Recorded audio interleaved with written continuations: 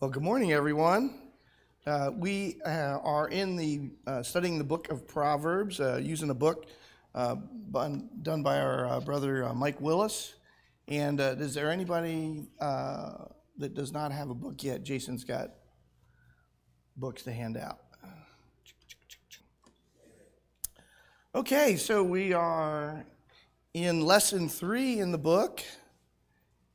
And I just realized that I don't have my computer glasses on. I've got my regular glasses. You guys are coming in perfectly clear, and you may see me doing this a lot, so that's okay. That's just me trying to find my bifocals down here. Okay, so for those of you that are visiting, we're glad that you're here. I don't normally talk like this. I've been recovering from some laryngitis, and so you should be able to hear me okay, but if you can't, then just say, what was that again? And I'll go ahead and repeat it. So what we're going to do is we're going to go through the lesson as we roll through it, as Mike presented it, and then at the end, with what time we have left, we'll also cover some of the questions, which are just kind of a good review from the things in the lesson that he talks about. So we have to go to Proverbs 1 and verse 7 as we are here in our second lesson, because last week we dealt with the first part of this, and the fear of the Lord is the beginning of knowledge, and this week we're doing the flip side of the coin, what it looks like when you just take this advice and go, nah, that's not for me. I got a better way to do it. We may find out that there's not a better way. And most people find out one way or another in life whether or not there's a better way than the fear of the Lord is the beginning of knowledge. And sometimes it takes a whole lifetime and longer for people to figure it out. But hopefully we'll be wise this morning as we consider these things. So first of all, how does learning occur? We have successful learning, and then we have failed learning. And anybody that's done any teaching or mentoring over time, you understand that a successful learning normally occurs as a result of a transfer of knowledge. It's a communications set up there between the teacher and the student. The teacher is providing information to the student is pulling that information in. If they're using it and providing effective feedback to the teacher, then everything is usually working pretty good. It's usually a pretty successful situation. Failure occurs when that transfer just doesn't happen for some reason, and sometimes it's the teacher's problem, sometimes it's the student's problem, sometimes it's the problem of both of them. You may have just a situation that's set up for failure. I don't want to be here. You don't want to be here. I don't want to talk about this. You don't want to talk about this. Nobody's going to learn much except how to fail in that kind of a situation. So the ultimate teacher, of course, was Jesus. But lest you think that, the last time I tried teaching, they just didn't get it. And you think, it's all about you. Well, sometimes it's not necessarily about the teacher. Jesus was the ultimate teacher. He was the ultimate as far as technique, what he had to say, his charisma, it's just all in one package there. And yet, a lot of people just didn't get it or didn't want to get it. And so we have Jesus talking in Luke 8 and verse 8 and in Revelation chapters 2 and 3. And he uses this phrase, the one who has ears to hear, let him hear. Just nothing is going to happen unless the person wanting to learn or the person in the learning situation opens up their ears and opens up their heart and opens up their attitude and opens up to be able to take it in. And if that doesn't happen, not even Jesus, the Son of God, the ultimate teacher, can get through.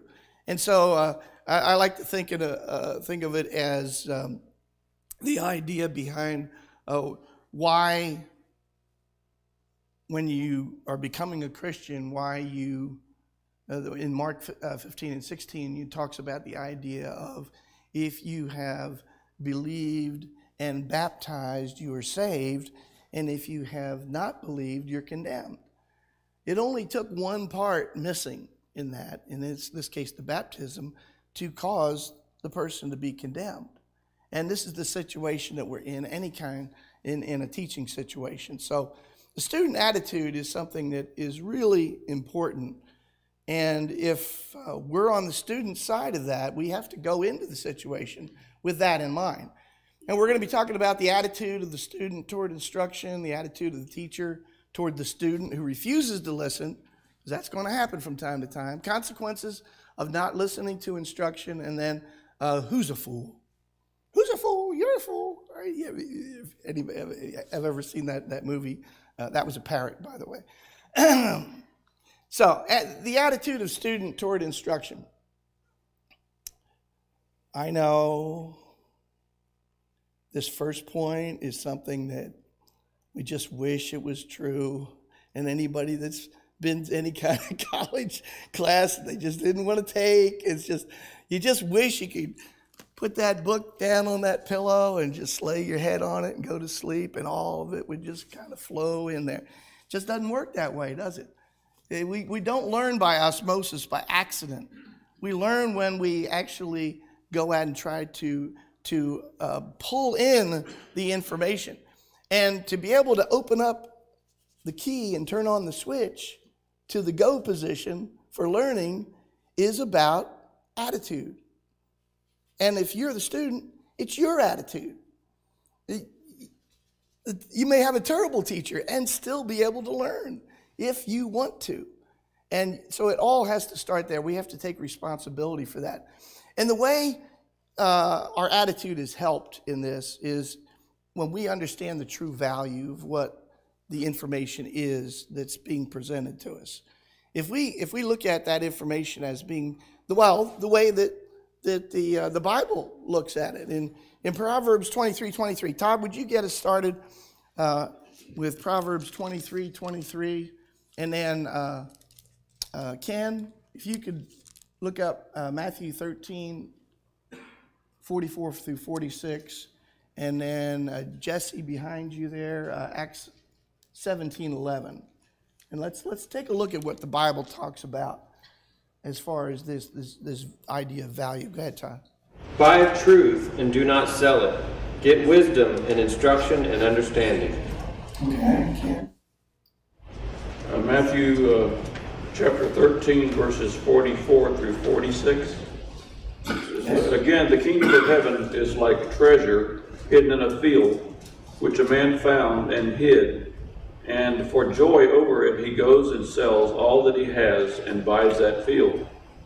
Again, the kingdom of heaven is like a merchant seeking beautiful pearls, who, when he had found one pearl of great price, went and sold all he had and bought it.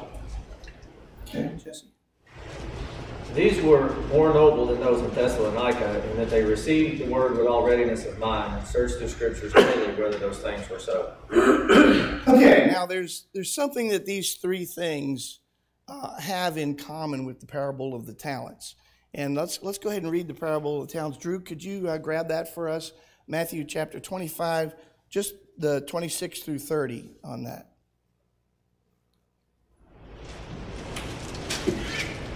But his Lord answered and said to him, "You are wicked and a lazy servant. You knew that I reap where I have not sown and gather where I have not scattered seed. So you ought to have deposited my money with the bankers, and at my coming I would have received back my own with interest. So take the talent from him and give it to him who has 10 talents. For everyone who has, more will be given, and he will have abundance. But from him who does not have, even what he has will be taken away. And cast the unprofitable servant into the outer darkness. There will be weeping and gnashing of teeth."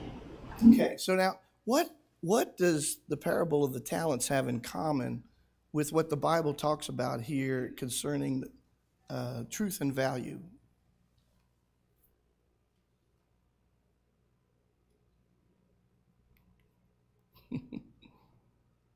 Todd? I think you're getting at the verse 29, to everyone who has, more shall be given, and he will have an abundance.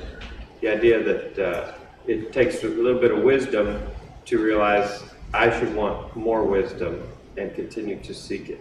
Okay. So we see something, we get a little bit of a hint here. I like to think in Proverbs 9:9, I look at it as the wise man's secret to becoming wiser. And it says there, give instruction to a wise man, and he will be still wiser. Teach a righteous man, and he will increase in his learning.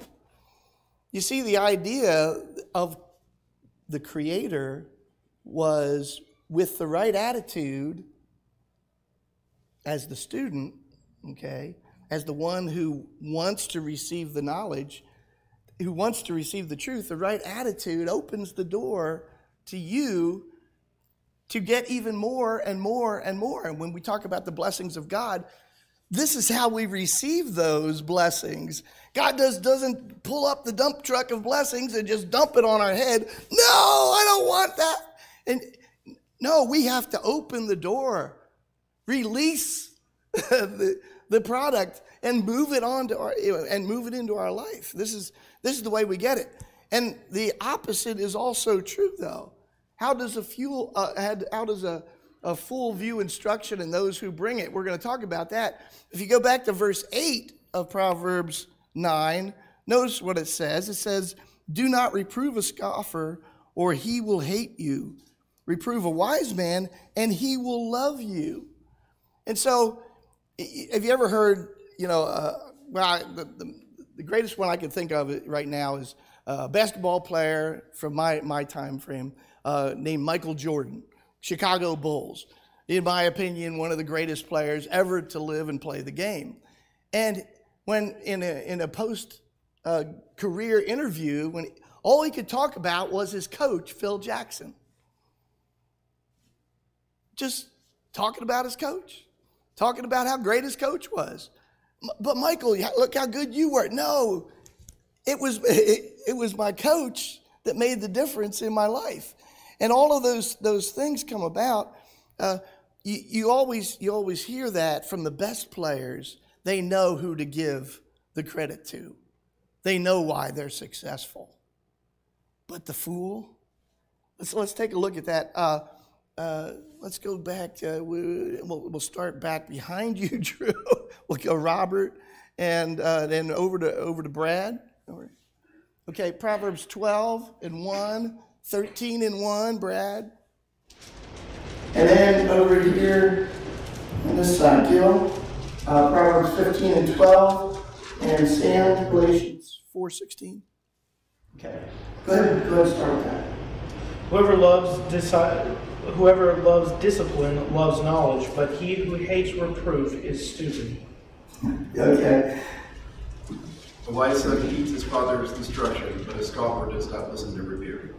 Okay, so what is what's the view of the fool for these two right there, those first two? If you had to put it in a word. Stupid. Rebellious? Yeah. Okay. How's he feel toward the instruction that he's getting? He just hates it. Yeah. It just everything about pushing away. Okay. So let's go on to these next two. We're going for the same kind of thing. 15:12. Yeah. 15:12. A scoffer does not love one who reproves him, nor will he go to the wise. Okay, Galatians 4:16. So if I become your enemy by telling you the truth? Okay, so what do we see here? We saw that the scoffer hated the truth, but how does he feel about the one bringing it? Have you ever run into somebody where you just were trying to help them, and they just not only did not want to hear it, but they didn't even want to talk with you, didn't want to see your face because they knew it was coming, right? It's like I don't think I have it written on my forehead, but they just knew it was coming. They knew they were in trouble or something, and something's there. And so, yeah, so now, knowing what you know about how God provides blessings, what situation is the fool in by doing just the opposite?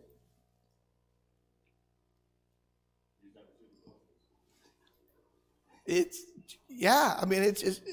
going to be something's going to have to change. What would it be before that person could receive instruction and actually gain some benefit from it? The attitude is going to have to change. Okay. So now, thinking about the person we were just talking about, what should the attitude of the teacher be towards the student who refuses to listen? So let's start over here, Ray, with you, and do Proverbs 23 and verse 9, and then we'll go Shirley. Can you go Matthew 7:6, and then Clarissa 13 Acts 13:45 through 46. And can we read? Okay, is that all good? 18 and 6, Brother Gentry. Could you do Acts 18 and 6? Okay, and then one more, Jesse. Matthew 15:12 through 14. Okay, you ready? Okay, so let's take a look at these. The attitude of a teacher towards a student who refuses to listen. Proverbs 23:9, right? Go. Proverbs 23 and verse 9, speak not in the ears of a fool, for he will despise the wisdom of thy word. Okay. So sure, let's take a look at how Jesus taught the same lesson. Do not give what is holy to the dogs, nor cast your pearls before swine, lest they trample them under their feet and turn and tear you in pieces. Okay, good. Clarissa, let's talk about the apostles there. But when the Jews saw the crowds, they were filled with jealousy and began to contradict what was spoken by Paul, reviling him. And Paul and Barnabas spoke out boldly, saying, it was necessary that the word of God be spoken first to you. Since ye thrust it aside and judge yourselves unworthy of eternal life, behold, we are turning to the Gentiles. Brother Gentry. But when they resisted and blasphemed, he shook out his garments and said to them, your blood is on your own heads. I am clean. From now on I will go to the Gentiles. Okay, so before Jesse does yours, is this a tough situation? Where do you let go?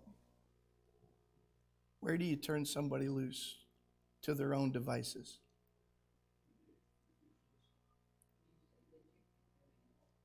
Yeah, it's a tough one, isn't it? Because you love them, you want them what's best for them, and yet there's a point. It comes a point where you just have to move on. So when we think about this, what I like to think about back is to what's our job out there really, and it's this idea of the sower of seeds. We're seed sowers, and can you imagine? And we're getting ready to do your. So hang on there, Jesse, for seeds. Can you imagine? This is kind of like me as the gardener. Seed, put it in, cover it up. Oh, I'm so worried about this seed. Let me dig it up and see if it's growing yet. No, not growing yet. Put it back in the ground. By the way, my garden's doing terrible this year. And I was giving it a lot of care, but I finally figured out that, these plants, it's got nothing to do with me this year. It's just these plants are just, they're something other than me is because I was weeding them, I was watering them, I was giving it all this stuff. Jesse, let's go ahead and look at Matthew 15:12 through 14 there. His disciples came and said to him, do you know that the Pharisees were offended when they heard this saying? But he answered and said, every plant which my heavenly Father has not planted will be uprooted. Let them alone. They are blind leaders. The blind of the blind leads the blind. Both will fall into a ditch. So, as seed sowers, this is, again, one of the toughest situations that's there. But we're given clear instruction.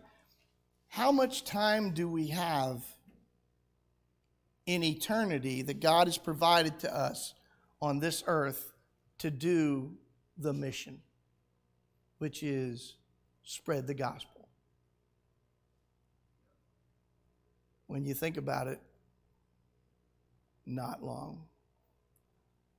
Something of value, you want to know what value is, it's time, your time. And you can waste time by trying to teach somebody who just doesn't want to be taught. So this is a tough one. This one takes a lot of prayer to get it right. You're not always going to get it right. Maybe you're just not the right one. It's okay for you to be not the right one to teach a particular person. Maybe you're the one before the right one. Did you ever think about that? I mean, these are things that are in God's hands. We need to be out sowing the seed and then let God give the increase. So, go. I just wanted to say, since you associated with the seed, like you just mentioned your garden, you don't water it once. You have to come back and water it, and then you have to come and fertilize it. So, but every watering counts. Yeah. It's not that only the final watering will count for it to sprout and grow. Well, I think I'm in the student part of this. It's another lesson about being trying to be the teacher before you're the student. And me, I'm more in the student stage as a gardener, and now I know that because of my poor little plants, and they're just not doing well. Phyllis, by the way, she can put a plant in the house, in the dark, not water it for 6 weeks. The thing's almost dying, and then she'll water it, talk to it, and 2 days later, the thing's sprouting all over the place. So, it's just... There's something about the mysteries of life at times. Okay, so what are the consequences of not listening to instruction? Well, the consequences are bad. I just put it as the idea of punishment, but the idea, when you want to think about, when we think about punishment, there are two aspects to punishment. And everybody can benefit from both aspects to this. One aspect is for the fool. The fool gets some benefit out of being punished. May not think so at the time that it's happening, but yeah, it can happen. Let's go back over. We'll start right behind Jesse. And Erica, could you get Proverbs 10:13, and then 19:29 over there. Brandon, you got that? Bob, can you read 17:10? Okay. And then Rebecca, can you read? Okay. Proverbs 21:11. Bill, 13:4. Romans 13:1 through 4. And then we'll hold right there for a second before we get back to Jeff. All right. So let's go. Punishment. For the fool, there's some benefits. Proverbs 10:13. On the lips of the discerning, wisdom is found, but a rod is for the back of him who lacks understanding. Okay. Reservation right there, yes. 19:29. Condemnation is ready for scoffers, and beating for the backs of fools. Ouch, yeah. There's a reservation out there for it. Okay, 17:10.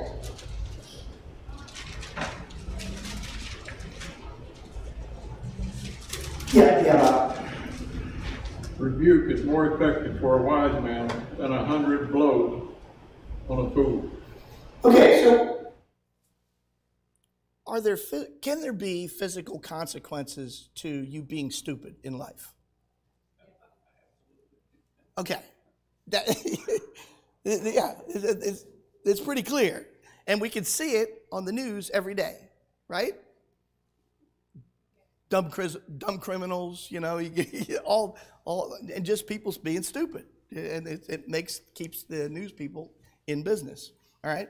So, but that's the folks that, it's there. They're the ones doing it, and they're receiving, what is due to them as a result of it. But how about it for everybody else? Let's Proverbs 21:11. Wise. When a wise man is instructed, he gains knowledge. Okay.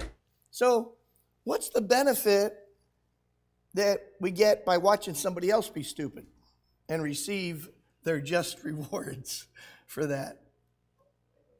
Hopefully, we learned. Yes, we used to talk. Used to be a lot of talk about in the criminal justice system about deterrence. And they kind of got away from that and we can see that there's not good results as a result of getting away from that. But yeah, a lot of this is about teaching somebody who's not being bad not to be bad. Don't do that. It's bad. And what'll happen to you is bad. So don't be bad. Deterrence. And so a lot of that is there.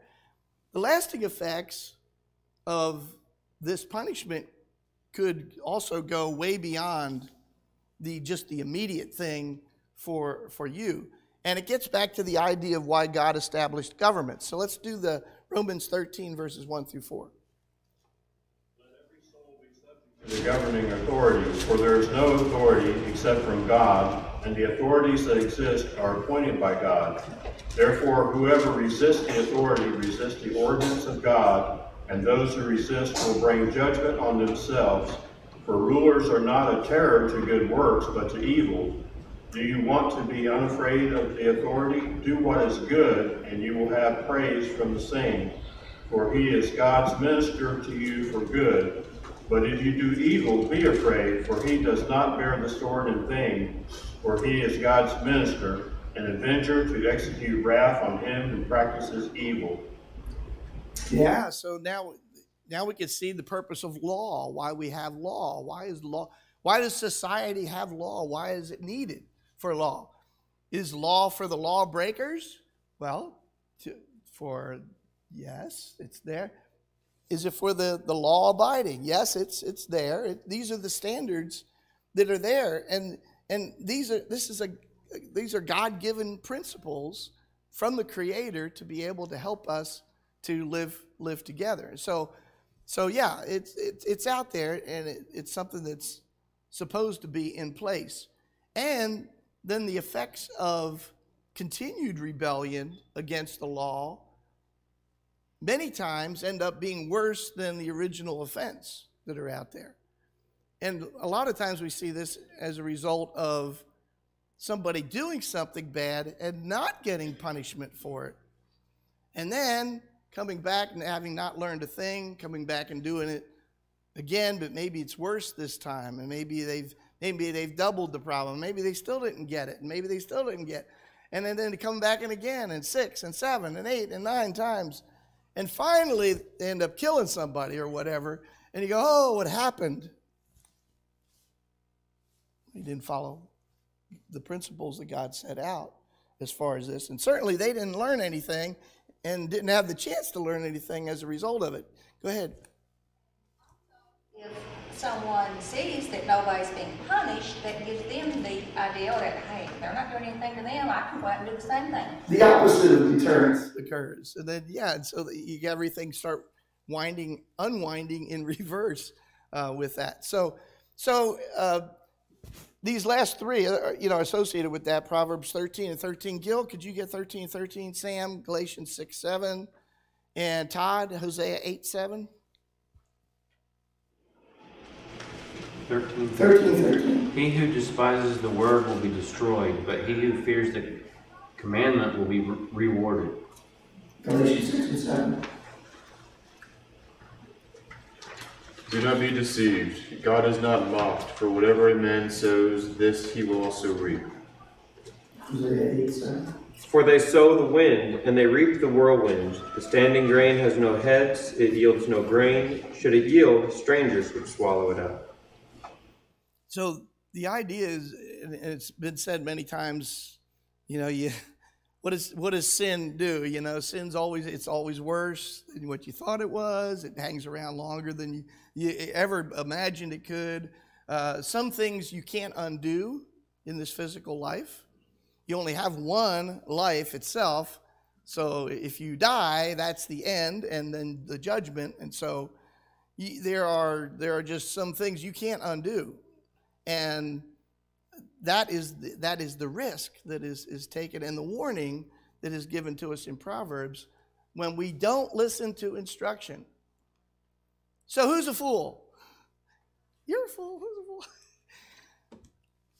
I'll have to quit doing that. The parrot just keeps coming into my mind every time. I can't remember the movie right now, but it's a parrot that does that. It's some Disney flick.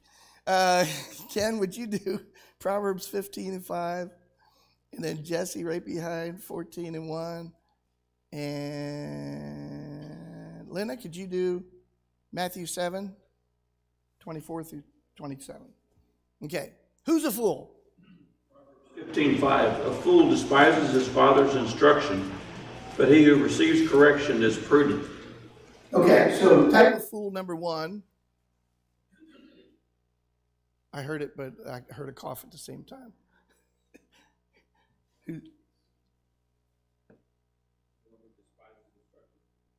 Right, the one that despises instruction. Okay, Psalm 14:1. The fool has said in his heart, there is no God. They are corrupt, they have done abominable works, and there is none that doeth good. Okay, so who's a fool? Foolish man is foolish because of what? Okay, it's just denying the existence of God, the creator of all that's there.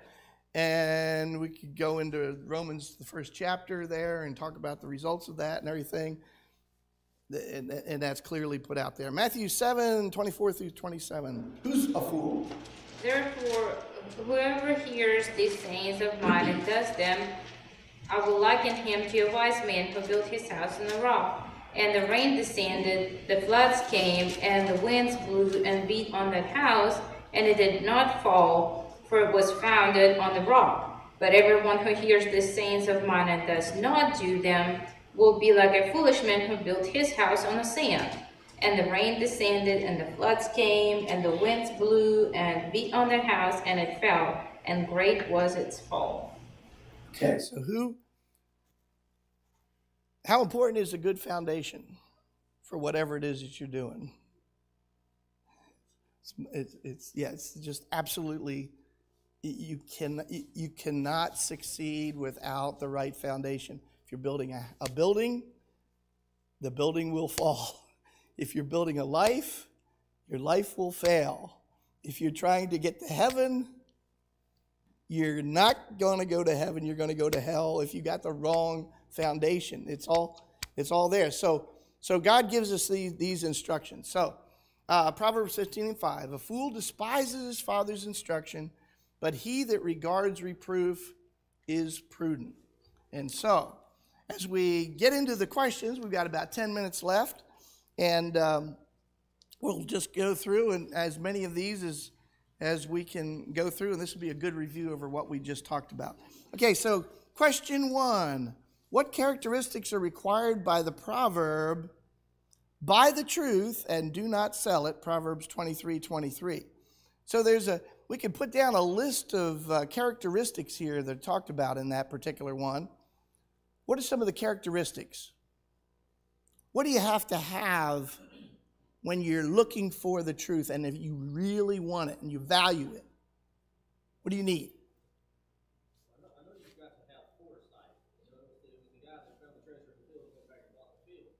Okay. If you buy an investment, your foresight and the knowledge that you have says that later on this is going to be worth more than it is now. So you're recognizing the value of what's there, and which is important. And you have to have a little experience to be able to get that right. That's true. Is it possible to falsely value something in life, make a bad decision on what's valuable and what's not?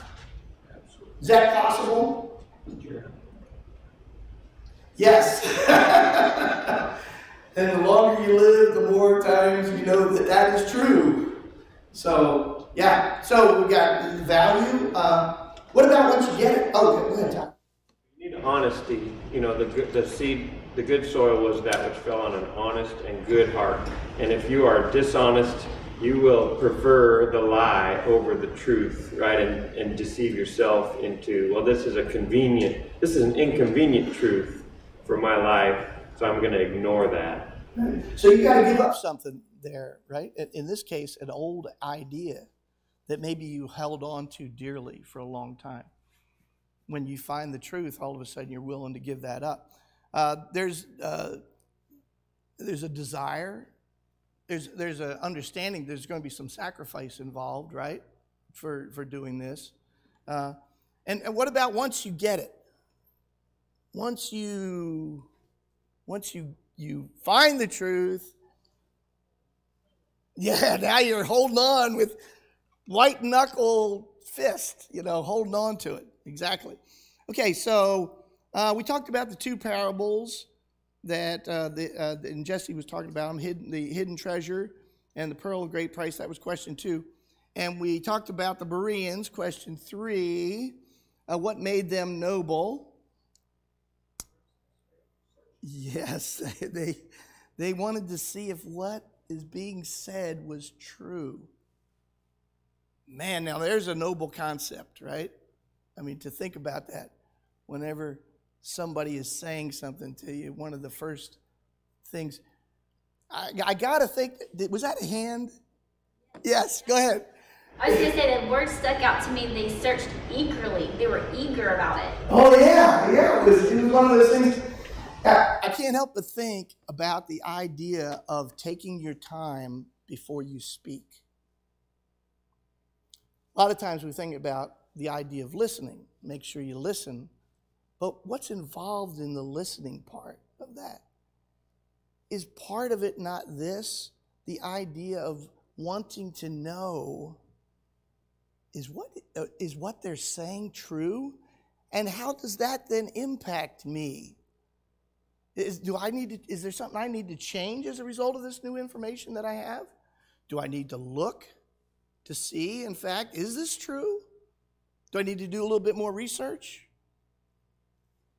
The listening part before we speak, sometimes we just take that for granted and don't take advantage of that idea that God has out there for us. But we need to think about that more.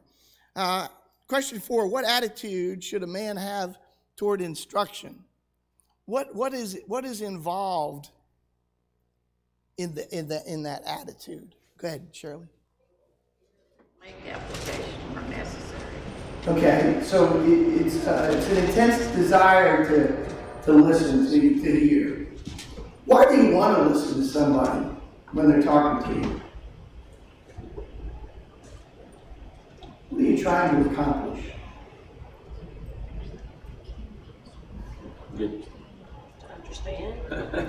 Get other ideas, and get instruction, get insight from a different perspective, possibly.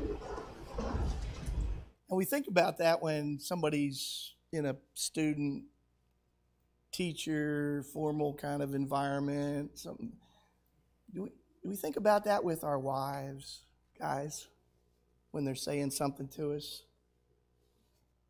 Ladies, when your husband's trying to say something to you about a particular thing, sometimes we forget about that the small things matter many times in life more than the big things. And these small little ideas associated with communication really make a difference. How important is your wife? How important is your husband? What they're saying to you, is it important? Well, maybe it could be if you listen. Maybe they're trying to say something important to you. These are ideas we need to apply throughout all of our lives. A lot of us, we listen to try to figure out how we're going to reply to the person. We don't listen to understand. Even before the person is, you got the reply already sitting in there. Yeah, and that's a problem. That's a problem. We need to give everybody the respect that they deserve to listen to what it is that they're saying. If they're taking the time to say it, then maybe we should give them that respect to do that. Number 5, what attitude does a wise man have toward those who correct him? Proverbs 9 and 8 was the place. That second part. Love him. It's kind of odd, isn't it?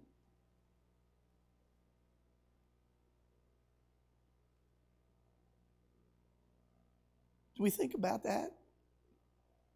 About somebody, I'm in a bad mood because I know I messed up. Somebody's coming to me to talk to me. And the first thing I think is, I love them so much for doing that. If we're there in our lives right now, you're in a good place. You're in a really good place. Todd? If we think back to who our favorite teachers were, or coaches, or maybe a family member who was hard on us, but got a lot out of us, more than we thought we could get out of ourselves.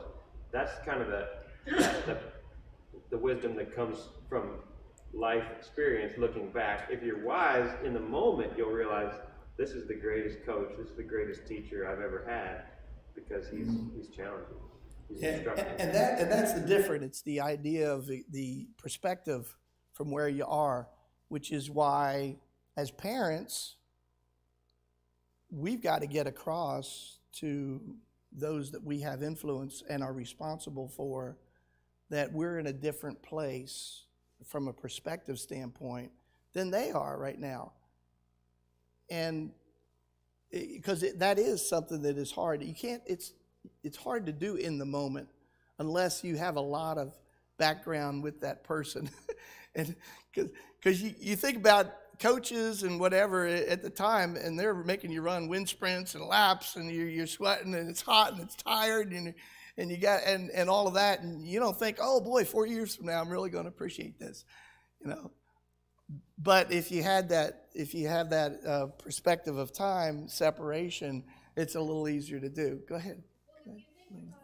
School time, we usually remember and appreciate strict teachers more than somebody that was more like wishy-washy, because you think, well, okay, this person was so strict, so I had to study harder, so I actually remembered more material when I had this teacher than maybe next year teacher or the previous year teacher.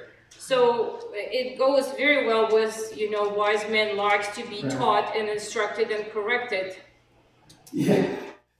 Except at the time, you're going, which is the one that gives out the most A's?